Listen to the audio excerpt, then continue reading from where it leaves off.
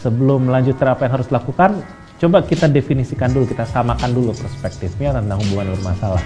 Misalnya kayak sudah tidak ada kehangatan di dalamnya, misalnya pasangan kayaknya udah cuek, atau ada perselingkuhan, atau salah satu pihak sudah tersebut pengen putus atau bercerai, atau ada simpenan lain di luar sana, atau menghilang tidak ada kabar gitu orangnya gitu. So ya, jadi ada banyak varian dari hubungan yang tidak sehat atau hubungan yang kolaps. Kolaps itu kan jatuh ya, belum tentu berantakan dan hancur, baru jatuh aja boom gitu loh. Nah kalau kandas juga, gambaran kandas tuh kalau kapal kandas tuh sudah terdampar, udah susah lagi untuk gerak. Sebenarnya masih bisa diperbaiki ya, masih bisa diperbaiki, masih ada yang bisa Anda lakukan supaya kapalnya, bahtera hubungan Anda bisa berjalan lagi maju ke depan. Ada. Kalau Anda pengen tahu, yuk kita mulai pelajarannya. Yang pertama nih, untuk mendorong kembali kapalnya bisa berjalan ya, supaya bisa kembali lagi ke hubungan yang enak. Bukan soal menyelesaikan konflik, karena banyak orang pikir gitu, kalau ada masalah berarti masalahnya yang harus diselesaikan dulu ya. Kalau ada pertengkaran berarti pertengkaran yang harus diselesaikan dulu. Saya bukan bilang abaikan pertengkarannya, bukan itu poinnya. Saya bukan bilang kita mengabaikan perbedaan, kita menutup masalah atau menimbun masalah, bukan itu poinnya. Poinnya adalah itu hal-hal negatif itu kita biarkan saja dulu ya. Kita istilahnya, kalau saya belajar dari teman saya, dia pakai kata parkir. Kita parkir aja dulu di samping ya, istilahnya masukin ke dalam gudang sementara gitu loh. Yang kita fokuskan untuk sekarang ini adalah mengembalikan sentimen positif. Itu istilah sentimen positif yang seringkali kita pakai di kelas cinta. Nah kalau misalnya Anda nggak ngerti maksud sentimen positif itu seperti apa, ini saya mau jelaskan. Sentimen positif yang paling pertama adalah kita bicara soal masalah keakraban. Kalau misalnya kita selama ini ada perbedaan, ada pertengkaran, ada kata-kata yang kasar dan keras pernah terucap, ada kekecewaan dan segala macamnya, itu tidak akan hilang dalam waktu cepat. Namun hanya karena ada sesuatu yang menyakitkan, bukan berarti sebenarnya masih ada hal-hal yang baik di dalam hubungan itu. Betul nggak? Ya, Anda perhatikan deh, sekesel-keselnya Anda sama pasangan, sebenci-bencinya sama pasangan, atau sejahat-jahatnya pasangan, pasti masih ada bagian-bagian tertentu di mana dia itu sebenarnya menyenangkan, dia itu sebenarnya baik, dia itu sebenarnya bersahabat sama Anda.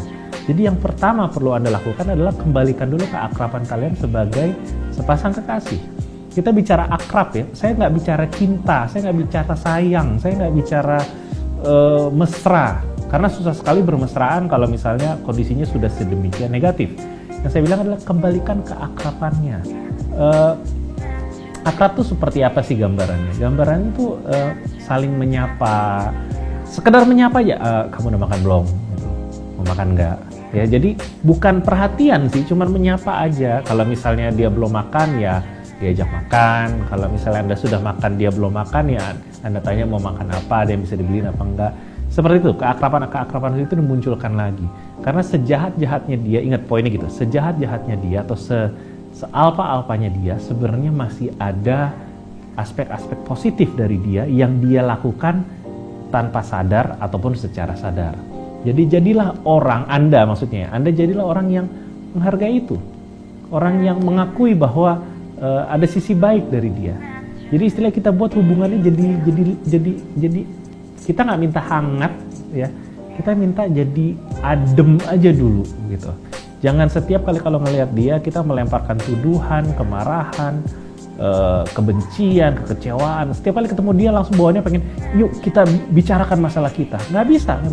Pada saat kondisi badan kita lagi tegang gitu ya, kita lagi emosi, kita sulit sekali ketemu solusinya. Itu sebabnya langkah nomor 1, kita buat sejuk dulu, kita buat adem dulu dengan melakukan hal-hal yang akrab. Salah satu ide yang bisa Anda lakukan untuk mengakrabkan kembali adalah ingat apa yang dulu kalian lakukan pada saat awal-awal PDKT atau pacaran, atau mungkin awal menikah dulu. Coba ingat, kalau bicara kata akrab, apa sih yang dulu kalian lakuin di awal hubungan terkait kata akrab? mungkin kalian ngedate, ya kan, mungkin kalian suka pas lagi jalan keluar kalian bergandengan seperti anak kecil, ya. Mainkan seperti itu lagi, atau kalian mungkin saling bercanda satu sama lain gitu, suka ngeledekin dengan nama-nama kecil atau nama-nama lucu. Munculkan permainan seperti itu lagi, walaupun saya tahu masalahnya masih ada, perilaku buruknya masih ada, tapi coba dimunculkan dulu. Kita parkir dulu sejenak, ya, sejenak aja. Nanti kita akan bereskan itu nanti. Yang nomor satu adalah itu. Nah, berikutnya setelah keakraban adalah kekaguman gitu loh. Kekaguman itu hampir mirip sama keakraban sih. Ini semua jadi satu. Pasangan kita pasti masih ada hal-hal yang membuat kita merasa dia berbeda dari laki-laki lain atau perempuan lain. Pasti masih ada. Walaupun itu sudah berkurang, walaupun itu sudah tidak seintens dulu, saya yakin masih ada. Kalau saya bicara di pengalaman saya pribadi, sewaktu saya berpacaran dengan yang lalu-lalu gitu kan, walaupun akhirnya kita putus, walaupun akhirnya kita bubar, di titik bubar itu pun saya akui pasangan yang bubar ini dia masih memiliki elemen-elemen di mana dia itu baik, di mana dia itu bisa dipercaya, di mana dia itu sebenarnya sangat peduli gitu.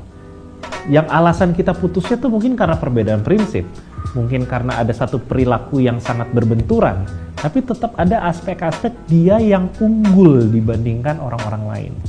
Jadi kalau kita sadar hubungan kita sekarang dalam kondisi yang tidak enak, luangkan waktu Anda untuk berusaha mencari tuh items apa saja yang unggul dari pasangan kita. Ya, jadi kita cari-cari sentimen positifnya. Sentimen positif saya nggak mau jelasin artinya apa, karena itu ada di video Kak Chester yang lain. Tapi kurang lebih Anda ngerti gambarannya. Kita dengan sengaja mencari hal-hal yang baik dari pasangan kita. Dan kita, satu, bisa kita ucapkan dengan kata-kata secara verbal. Kita bilang thank you, kita bilang apa, segala macam. Or, bisa juga kita balas kebaikannya. Ini makanya ada poin yang nomor 3. Dia sudah berbuat baik sama kita di satu bidang, kita balas juga. Ya, jadi kita istilahnya sudah menerima begitu banyak kenikmatan atau hal positif, ya kita balas. Walaupun kita berpikir, udah, gue dulu udah pernah lakuin, sekarang gue nggak mau lakuin lagi. Nah, kalau Anda mau memperbaiki hubungan, nggak bisa gitu mikirnya. Ya, kalau Anda mau memperbaiki hubungan, mikirnya nggak bisa gitu, nggak bisa kayak dulu gue udah pernah lakuin positif, gue udah pernah ngebales dia, ngasih hal-hal yang positif sama dia, gue nggak mau lakuin lagi. Kalau Anda berpikir begitu, ya kita nggak bisa perbaiki karena sentimen positifnya belum muncul lagi. Jadi ingat ya guys ya, keakraban, kedekatan, seperti pertemanan itu dimunculkan lagi. Kalian seperti dua orang yang sering bersahabat banget. Itu penting. Terus nomor 2 adalah kekaguman. Ketiga adalah keseimbangan, soal masalah membalas apa yang kita telah terima. Lalu keempat adalah kenyambungan. Kenyambungan bicara soal masalah ngobrol sebenarnya, ya.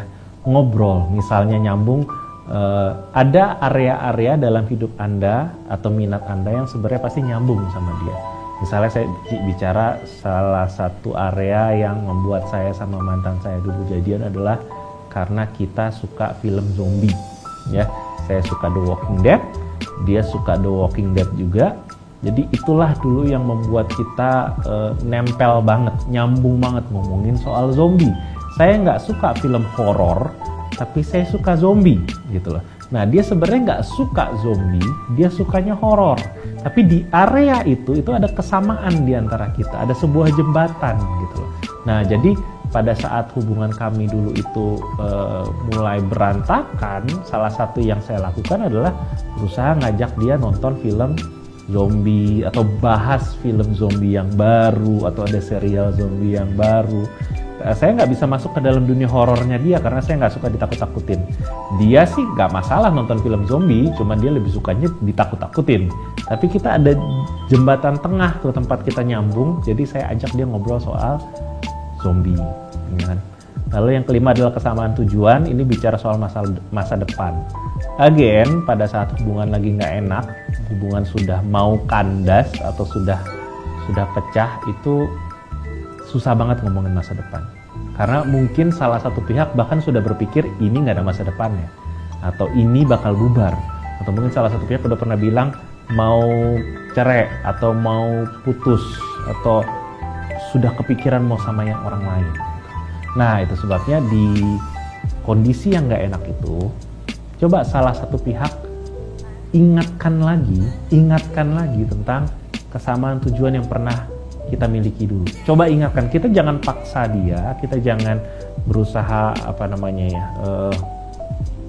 menuduh dia bilang, lo lupa ya dulu lo bilang kayak gini. Kalau kita bilang kayak gitu, orang akan defensif.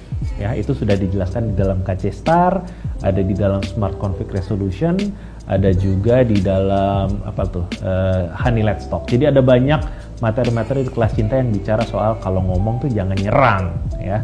Dan dikasih tahu juga di dalam KC Star dan produk lainnya, kalau nggak boleh nyerang, jadi harusnya ngomongnya gimana, di sana kasih tahu juga. Jadi pada saat kita mengingatkan dia akan tujuan atau sesuatu yang pernah disepakati di masa lalu, dia ngomongnya pelan-pelan. Contohnya kayak gini, Beb, ingat gak dulu waktu kita lagi nongkrong di cafe ini ya, kita waktu itu planningin tentang pengen buka bisnis bareng gitu ya, atau pengen coba ikut kelas bareng. Jadi tujuan itu bukan berarti nikah, salah satunya nikah of course, tapi apapun yang dulu pernah kita rancang bersama, misalnya mau sekolah S2 bareng, atau pengen traveling backpacking bareng, atau pengen apapun yang bentuknya sama-sama mau ngelakuin itu, coba diangkat lagi perlahan-lahan secara damai, secara sejuk, jangan dipaksakan. Karena ada kemungkinan di titik itu akan membangkitkan sentimen positif si dia. Ya, saya nggak bilang pasti bisa, saya cuma bilang ada kemungkinan. Jadi ini adalah 5 hal yang bisa Anda lakukan untuk ngilip-ngilip lagi supaya ada rasanya lagi, baik dari diri Anda maupun diri dia.